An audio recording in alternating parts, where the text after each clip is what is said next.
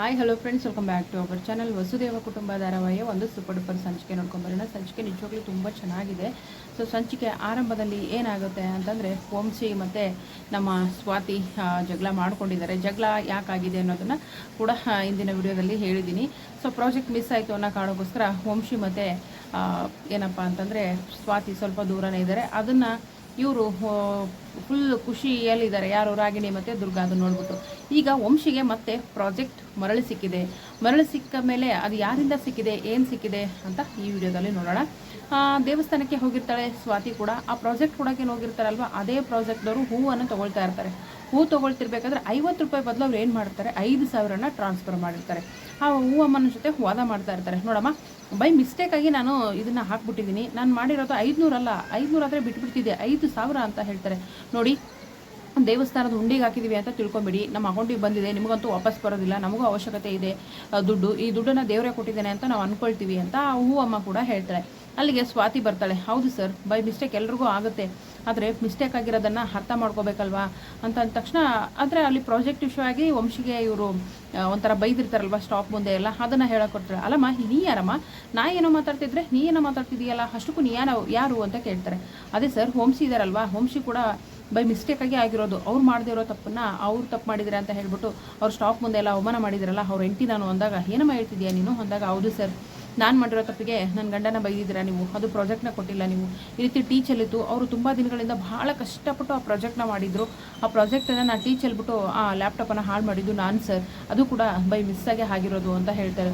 ಅಂದಾಗ ಈ ಸ್ವಾತಿ ಹೇಳಿರೋ ಮಾತುಗಳೆಲ್ಲ ಅವ್ರಿಗೆ ಮೈಂಡಲ್ಲಿ ಹೋಗುತ್ತೆ. ಹೌದು, ಪ್ರತಿಯೊಂದು ವ್ಯಕ್ತಿ ಕೂಡ ಜೀವನದಲ್ಲಿ ಒಂದಲ್ಲ ಒಂದು ತಪ್ಪುಗಳು ನಡೆದಿರ್ತವೆ, ಅದು ಬೈ ಮಿಸ್ಟೇಕ್ ಆಗಿರ್ಬೋದು ಅಥವಾ ಬೇರೆ ಯಾರ್ದೋ ಇಂದ ಆಗಿರ್ಬೋದು. ಅದನ್ನು ನಾನು ಅರ್ಥ ಮಾಡ್ಕೊಳ್ಳಿಲ್ವಲ್ಲ ಅಂತ ಅವ್ರಿಗೂ ಅಂಡರ್ಸ್ಟ್ಯಾಂಡ್ ಆಗುತ್ತೆ. ಸರ್, ದಯವಿಟ್ಟು ಕ್ಷಮಿಸ್ಬಿಡಿ, ನಾನು ಈಗ ಮಾತಾಡಿದೆ ಅಂತ. ವಂಶಿದಿದ್ರಲ್ಲಿ ಯಾವುದೂ ತಪ್ಪಿಲ್ಲ ಸರ್, ಅವ್ರು ತುಂಬ ಹಾರ್ಡ್ ವರ್ಕರು ಅಂತ ಎಲ್ಲ ಹೇಳ್ತಾರೆ. ಸೊ ಅವು ಅಮ್ಮಗೂ ಕೂಡ ಹೇಳ್ತಾರೆ, ನೋಡಮ್ಮ, ಬೇರೆಯವ್ರ ದುಡ್ಡು ನಾವು ತೊಗೊಳ್ಬಾರ್ದು, ಅವರು ಕೂಡ ಕಷ್ಟಪಟ್ಟು ದುಡ್ದಿರ್ತಾರೆ, ನೀವು ಹೇಗೆ ಕಷ್ಟಪಟ್ಟು ದುಡಿತೀರಲ್ಲ ಹಾಗೆ ಕಷ್ಟಪಟ್ಟು ದುಡ್ದಿರ್ತಾರೆ, ಅವ್ರ ದುಡ್ಡನ್ನ ಅವರಿಗೆ ವಾಪಸ್ ಕೊಟ್ಬಿಡಿ ಅಂದಾಗ ಅವ್ರಿಗೆ ಅನಲೈಸ್ ಆಗುತ್ತೆ. ಬೈದು ಮತ್ತೆ ವಂಶಿಗೆ ಕಾಲ್ ಮಾಡ್ತಾರೆ. ಕಾಲ್ ಮಾಡಿಬಿಟ್ಟು ಈ ಪ್ರಾಜೆಕ್ಟ್ ನಿಮಗೆ ಕೊಡ್ತೀವಿ ಅಂತ ಹೇಳ್ತಾರೆ. ಫುಲ್ಲು ಖುಷಿ ಆಗ್ಬಿಡುತ್ತೆ. ಅಮ್ಮಮ್ಮ ತಾತ ಅಂತ ಹೇಳ್ಬಿಟ್ಟು ಹೋಗಿ ನನಗೆ ಮತ್ತೆ ಪ್ರಾಜೆಕ್ಟ್ ವಾಪಸ್ ಸಿಕ್ತು ಅಂತ ಹೇಳ್ಬಿಟ್ಟು ಖುಷಿ ಇರ್ತಾರೆ. ಆ ಸ್ವಾತಿ ಎಲ್ಲೋ ಅಂದ ತಕ್ಷಣ, ಗೊತ್ತಿಲ್ಲ ನನಗೆ ಅವಳು ಎಲ್ಲಿ ಅಂತ ಅಂದ ತಕ್ಷಣ ಅವ್ರಿಗೂ ಒಂದು ಮಾತು ಹೇಳೋದಲ್ವೇನೋ, ತುಂಬ ಬೇಜಾರಾಗಿದ್ಲು ಅಂತ ಹೇಳ್ತಾರೆ. ಬಟ್ ವಂಶಿ ಕೇಳೋದಿಲ್ಲ. ಈ ದುರ್ಗಾ ಮತ್ತು ರಾಗಿಣಿಗೆ ಏನೋ ಮತ್ತೆ ಪ್ರಾಜೆಕ್ಟ್ ವಾಪಸ್ ಸಿಗ್ತಾ, ಅದೇ ಹೇಗೆ ಸಾಧ್ಯ ಅಂತ ಹೇಳಿ ಹುಡ್ಕೊಂಡು ಸಾಯ್ತಾ ಇರ್ತಾರೆ ಇಬ್ಬರು. ಅಜಯ್ನೇ ಕೇಳಬೇಕು ಅಂತ ಅಂತಾರೆ. ಅಲ್ಲಿಗೆ ಸ್ವಾತಿ ಕೂಡ ಪ್ರಸಾದ ತೊಗೊಂಡು ಬರ್ತಾಳೆ ದೇವಸ್ಥಾನದಿಂದ. ವಂಶಿ ಅವರೇ ತೊಗೊಳ್ಳಿ, ನಿಮಗೋಸ್ಕರ ನಾನು ಪ್ರಸಾದ ತೊಗೊಂಡು ಬಂದಿದ್ದೀನಿ ಅಂದಾಗ ವಂಶಿ ಏನು ಬೇಡ, ನನ್ನಿಂದ ದೂರನೇ ಇರು ಅಂತ ಮತ್ತೆ ಬೈಯೋಕ್ಕೆ ಎಗರಾಡೋಕ್ಕೆ ಶುರು ಮಾಡ್ತಾರೆ. ದೇವ್ರ ಪ್ರಸಾದ ಕೊಡೋ, ಬೇಡ ಅನ್ಬಾರ್ದು, ಯಾರು ಕೊಟ್ಟರು ತೊಗೋಬೇಕು ಅಂತ ಅಜಿತ ಹೇಳಿದಾಗ ಅವ್ರ ಮಾತುಗೋಸ್ಕರ ತೊಗೊಳ್ತಾರೆ. ಪಾಪ ಸ್ವಾತಿಗೂ ಬೇಜಾರಾಗುತ್ತೆ. ಬೇಜಾರಾದ ಅಲ್ಲಿಗೆ ಹೋಗ್ತಾರೆ. ಹೋದ ತಕ್ಷಣ ಎಲ್ಲರ ಮುಂದೆ ಅಲೌನ್ಸ್ ಮಾಡ್ತಾರೆ. ಮತ್ತು ನಮಗೆ ಮತ್ತೆ ಪ್ರಾಜೆಕ್ಟ್ ವಾಪಸ್ ಸಿಕ್ತು ಅಂತ ಹೇಳ್ಬಿಟ್ಟು ಎಂಪ್ಲಾಯ್ಸ್ ಮುಂದೆ ಹೇಳಿದಾಗ, ಎಂಪ್ಲಾಯ್ಸ್ ಎಲ್ಲ ಸರಿ ಹೇಳ್ತಿದ್ದೀರಾ ಅಂದಾಗ, ಹೌದು ಬನ್ನಿ ಹೋಗಿ ಕಲೆಕ್ಟ್ ಮಾಡ್ಕೊಂಬರೋಣ ಅಂದ ತಕ್ಷಣ, ಇಲ್ಲ ನೀವೇನು ಬರೋದು ಬೇಡ, ನಾವೇ ಬಂದಿದ್ದೀವಿ ಅಂದ ತಕ್ಷಣ, ಬನ್ನಿ ಸರ್ ಕ್ಯಾಬಿನಲ್ಲಿ ಕೂತ್ಕೊಂಡು ಮಾತಾಡೋಣ ಅಂದಾಗ, ಕ್ಯಾಬಿನಲ್ಲಿ ಬೇಡ ರೀ, ಎಂಪ್ಲಾಯ್ ಮುಂದೆ ಹೇಳ್ತೀನಿ, ಸೊ ನೀವು ಮಾಡಿದಿರೋ ತಪ್ಪಿಗೆ ನಿಮಗೆ ನಾನು ಏನೇನೋ ಅಂದ್ಬಿಟ್ಟೆ, ಸಾರಿ ಅಂತ ಮೊದಲು ಸಾರಿ ಕೇಳ್ತಾರೆ. ಇಷ್ಟೆಲ್ಲ ಆಗೋಕ್ಕೆ ಕಾರಣ ಆ ದೇವರಲ್ಲ, ನಿಮ್ಮ ಮನಸ್ಸಲ್ಲಿರೋ ದೇವತೆ ಅಂತ ಹೇಳ್ತಾರೆ.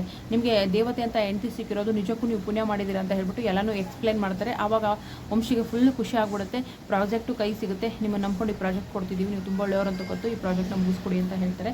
ನಿಜವಾಗ್ಲೂ ನಿಮಗೆ ದೇವತೆ ಅಂತ ಹೆಂಡತಿ ಸಿಕ್ಕಿದ್ದಾಳೆ, ನಿಜಕ್ಕೂ ನೀವು ಪುಣ್ಯ ಮಾಡಿದ್ದೀರಾ ಅಂತ ಹೇಳ್ತಾರೆ. ಅದನ್ನು ನೆನೆಸ್ಕೊಂಡು ವಂಶಿ ಫುಲ್ ಖುಷಿ ಆಗ್ಬಿಡ್ತಾನೆ.